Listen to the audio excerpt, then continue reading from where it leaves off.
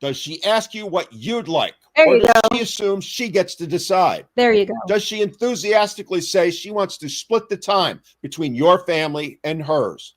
Does she want to go to your friend's holiday party every bit as much as she does hers? Again, don't just listen to the words. See what happens during the holiday season. What I would love is if you say, what are the plans for the holidays? And she says, what would you like to do? I think that would be a great answer. I'm not saying it has to be split exactly the same right down to the minute, but if you're spending the bulk of the holiday time with her friends and family and none with yours, well, let me say it again, gentlemen, because this is one of the biggest regrets that men have down the road. I can't tell you the number of guys who are married or in long-term relationships, and even those who are post-divorce, that tell me they've been completely cut off from their friends and families during the holiday season, or even in general for that matter. It's a much, much higher number than anyone wants to admit. I had no idea. I had no idea that that was that common. I'm going to have to think about all the people that I know and besides that one man that I was talking about. You guys let me know in the comments if this happened to you. Wow. So finding out up front if this is who she is can save you a ton of grief and loneliness down the road.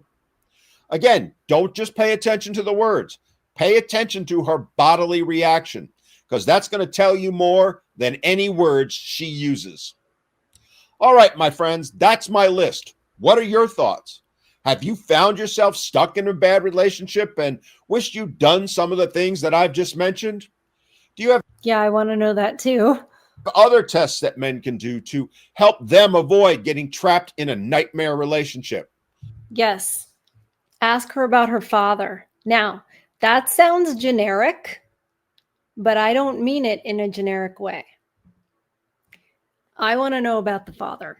I don't know if you guys have heard, Steven Crowder and his ex-wife, Hillary Crowder, right? She had a mother and a father together. She was an untouched woman. Seems like the perfect candidate, right? I couldn't figure it out for the longest time. I was like, why? How could you possibly know? And then I realized, be careful with the daddy's girl. There are a lot of women that grow up with the father, in the home and everything, but the father just caters to her, fixes her problems, tells her she deserves the world. And if any man ever hurts her, guess what? People hurt each other back and forth, whatever, right? But if he white knights for the daughter, then he's not teaching her accountability. He's not teaching her the word no. Consequences are a foreign concept. So I think asking her about her relationship with her dad, what's it like? And if you have the chance to see them interact, you have to make sure that she isn't treated like a princess by him, because she's going to expect that from you.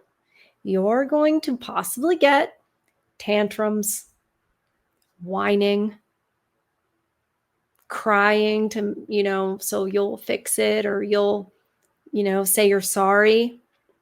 I think that is a huge red flag that we don't think about, because we're always talking about, oh, she has a good relationship with her dad. What does that mean? There's also the case where this is the other side of it, where she could have been alienated from him. She could have the idea that, oh, he left, oh, he this, oh, he that. And then there's a distrust of men. And you have to be careful, because a lot of times they'll take that and put that on you.